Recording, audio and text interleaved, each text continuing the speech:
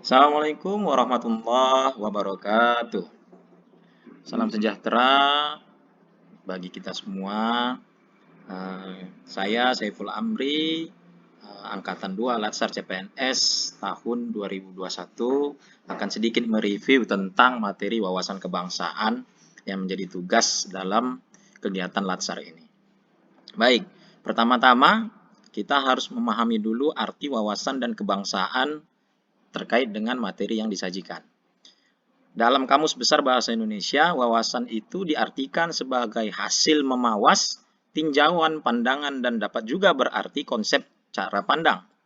Lalu, di dalam KBBI juga, kebangsaan itu diartikan di mana asal katanya adalah bangsa yang berarti kelompok masyarakat yang bersamaan asal keturunan, adat, bahasa, dan sejarahnya, serta berpemerintahan sendiri.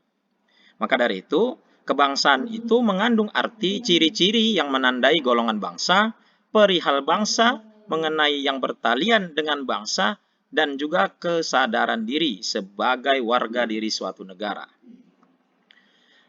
Saya mengambil pengertian dari Profesor Muladi bahwa wawasan kebangsaan adalah cara pandang bangsa Indonesia mengenai diri dan lingkungannya, mengutamakan kesatuan dan persatuan wilayah dalam penyelenggaraan kehidupan bermasyarakat, berbangsa, dan bernegara.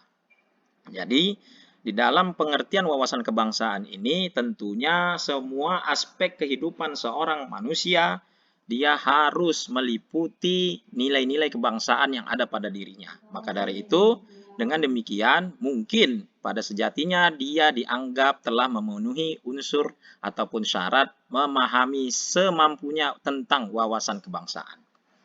Maka dari itu, wawasan kebangsaan ini merupakan cara pandang bangsa Indonesia dalam mengenal diri dan lingkungannya di dalam kehidupan berbangsa dan bernegara. Tentu efek dari memahami wawasan kebangsaan ini adalah tentunya pasti kita punya pengetahuan yang banyak tentang Indonesia. Apalagi bagi kita yang selama ini hidup di Indonesia yang terdiri dari banyak ragam bahasa, ragam budaya, suku, dan jenis lainnya hingga agama, tentu dengan memahami wawasan kebangsaan memiliki keterampilan yang sangat jelas apabila kita bertemu dengan orang-orang yang sebangsa dan setanah air tentunya di luar sana. Kemudian, ada 4 konsensus dasar berbangsa dan bernegara. Di dalam peraturan perundang-undangan disebutkan ada 4 konsensus ini. Yang pertama, Pancasila. Pancasila tentunya secara sistematik telah disampaikan oleh para leluhur kita. Yang pada saat itu kita ketahui bersama pertama kali disampaikan oleh Insinyur Soekarno di depan sidang BPUPKI pada tanggal 1 Juni 1945. Kemudian Bung Karno juga menyatakan bahwa Pancasila merupakan filosofis Gonslag, yaitu satu fundamental, satu filsafat ataupun satu pikiran yang sedalam-dalamnya yang merupakan landasan atau dasar bagi negara Indonesia yang merdeka yang akan didirikan selanjutnya. Mengapa pada saat itu penting? Karena pentingnya kedudukan Pancasila bagi Indonesia tentunya memiliki kandungan-kandungan nilai yang kemajemukan, yang mampu mengayomi kemajemukan di negara Indonesia ini tentunya. Dan tentunya juga nilai-nilai yang majemuk tersebut pada dasarnya tidaklah asing bagi masyarakat Indonesia itu sendiri. Oke, adapun yang kedua, berdasarkan 4 konsensus, yaitu Undang-Undang Dasar 1945.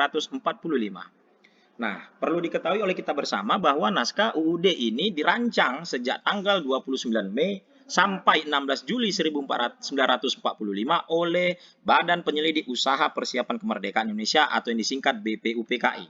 Nah, pada saat itu memang juga termasuk Presiden pertama kita, Insinyur Soekarno menyampaikan gagasan ini. Dan inilah gagasan yang pada akhirnya juga diterima dan berlangsungnya sampai tanggal 1 Juni 1945. Kemudian setelah hasil dari rancangan UUD disempurnakan, diajukan ke Panitia Persiapan Kemerdekaan Indonesia atau yang disingkat PPKI dan kemudian diperiksa ulang. Dalam sidang pembahasan, banyak sekali usulan penyempurnaan terhadap usulan Undang-Undang Dasar 1945. Melalui segala jenis proses, baik perdebatan, perselisihan, dan lain-lain, akhirnya ditemukan kata sepakat terkait dengan Undang-Undang Dasar yang akan menjadi pedoman berbangsa dan bernegara. Nah, salah satu yang menjadi polemik pada saat itu adalah yang terambil dari kalimat mukaddimah Piagam Jakarta dengan mewajibkan menjalankan syariat Islam bagi pemeluk-pemeluknya, itu dihilangkan menjadi ketuhanan yang Maha Esa. Adapun konsensus yang ketiga berdasar peraturan undang-undang yaitu Bhinneka Tunggal Ika. Bhinneka Tunggal Ika ini merupakan semboyan negara Indonesia yang mana telah tertulis pada lambang negara Indonesia, yaitu Garuda Pancasila. Frasa ini tentu berasal dari bahasa Jawa kuno yang artinya berbeda-beda tapi tetap satu jua. Karena apa demikian? Karena memang sesungguhnya di Indonesia tersendiri banyak sekali suku, budaya, lagu daerah, alat musik, dan masih banyak lagi yang lainnya yang menjadi perbedaan antar satu wilayah dengan wilayah lainnya. Meskipun demikian, kita harus meyakini bahwa selama kita masih dalam satu naungan negara NKRI, tentu kita satu bangsa, yaitu bangsa Indonesia. Dengan menyadari keanekaragaman, dari segala unsur tentu bukan harus menjadi terpecah belah. Justru kita harus menjadi terbentuknya persatuan dan kesatuan Indonesia. Adapun konsensus yang keempat, yaitu Negara Kesatuan Republik Indonesia. NKRI tentunya menjadi sebuah moto yang harus kita pahami bersama bahwa selama kita hidup di Indonesia, kita wajib mengakui bahwa kita adalah bangsa Indonesia yang mencintai Negara Kesatuan Republik Indonesia. Karena apa? Negara Kesatuan Republik Indonesia lahir dari pengorbanan jutaan jiwa, raga, dan harta para pejuang bangsa yang bertekad mempertahankan keutuhan bangsa dan harga mati yang tentunya tidak bisa ditawar lagi. Tujuan dari NKRI pada sejarah yang telah tercatat itu dirumuskan pada sidang periode 2 BPUPKI yang terjadi pada tanggal 10 hingga 16 Juli 1945. Pada saat itu, pembukaan Undang-Undang 1945 alinea 4 telah tercantum terkait dengan tujuan dari NKRI, yaitu melindungi segenap bangsa dan seluruh tumpah darah Indonesia, memajukan kesejahteraan umum, mencerdaskan kehidupan bangsa, dan ikut melaksanakan ketertiban dunia berdasarkan kemerdekaan, perdamaian abadi, dan keadilan sosial. Adapun simbol dari eksistensi NKRI yang ada dan diketahui oleh kita bersama, yang pertama adanya bendera. Sebagaimana kita ketahui, bendera Indonesia adalah bendera berwarna merah di atasnya dan putih di bawahnya. Mungkin dalam sejarah ada kesamaan bendera kita dengan negara lain, tapi pada dasarnya jika kita tilik pada sejarah penggunaan bendera merah putih, Indonesia telah jauh lama menggunakan bendera merah putih dibandingkan negara yang sama warna benderanya. Yang kedua, adapun yang menjadi simbol adalah bahasa. Bahasa merupakan suatu wujud dari simbol identitas Negara Kesatuan Republik Indonesia. Kita punya bahasa yaitu bahasa Indonesia. Yang ketiga, lambang negara yaitu bentuknya adalah Garuda. Dan yang terakhir adalah lagu kebangsaan Indonesia yang pertama kali diciptakan oleh W.G. Rudo Supratman. Kita akan masuk pada nilai-nilai bela negara.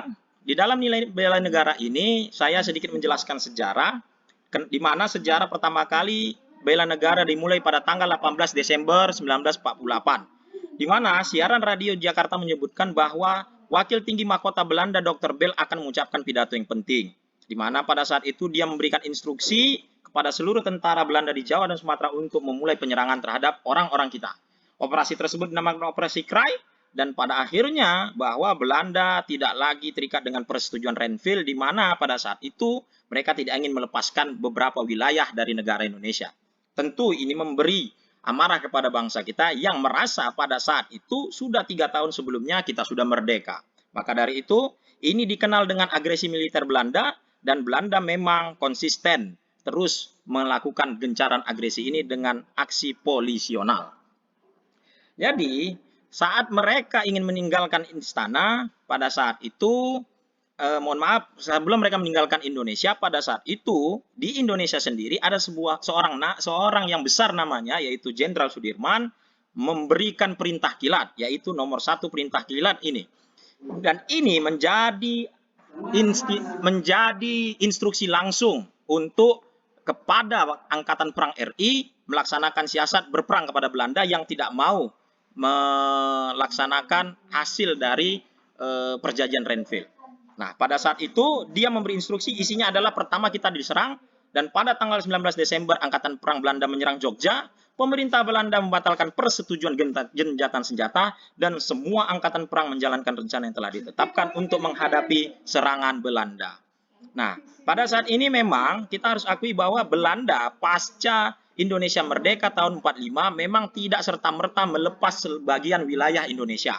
Karena itu, aksi bela negara pada tahun tersebut, pada tahun 1948, menjadi momok tersendiri awal kebangkitan bela negara bagi Indonesia. Maka dari itu, bagi kita sebagai masyarakat Indonesia atau bangsa Indonesia, bela negara merupakan tekad, sikap, dan perilaku serta tindakan warga negara, baik secara perseorangan maupun kolektif dalam menjaga kedaulatan negara Indonesia. Tentunya, nilai-nilai dasar bela negara bagi kita perseorangan harus meliputi cinta tanah air, sadar berbangsa dan bernegara, setia pada Pancasila, rela berkorban, dan tentunya punya kemampuan untuk setiap bela negara. Maka dari itu, bagi kita yang memang secara khusus menjadi ASN, aparatur sipil negara, tentunya harus bebas dari intervensi-intervensi terkait bela negara. Intervensi seperti politik, praktik-praktik korupsi dan kolusi, serta nepotisme, hingga tentunya menjadi pelayan publik yang sehat di mata masyarakat. Karena dengan demikian, bela negara juga menjadi nilai-nilai yang telah tersemat kepada para ASN. Sikap dan perilaku itu tentu meliputi cinta tanah air dan banyak lagi sekali yang menjadi nilai-nilai atau sikap perilaku kepada seorang ASN untuk membela negaranya.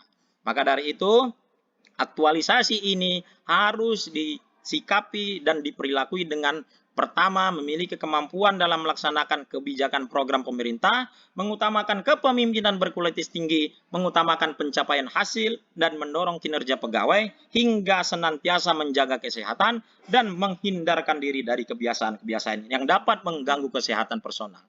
Terima kasih, mudah-mudahan review dari materi ini bermanfaat bagi kita semua. Salam juang, insya Allah berhasil mumtaz. Terima kasih.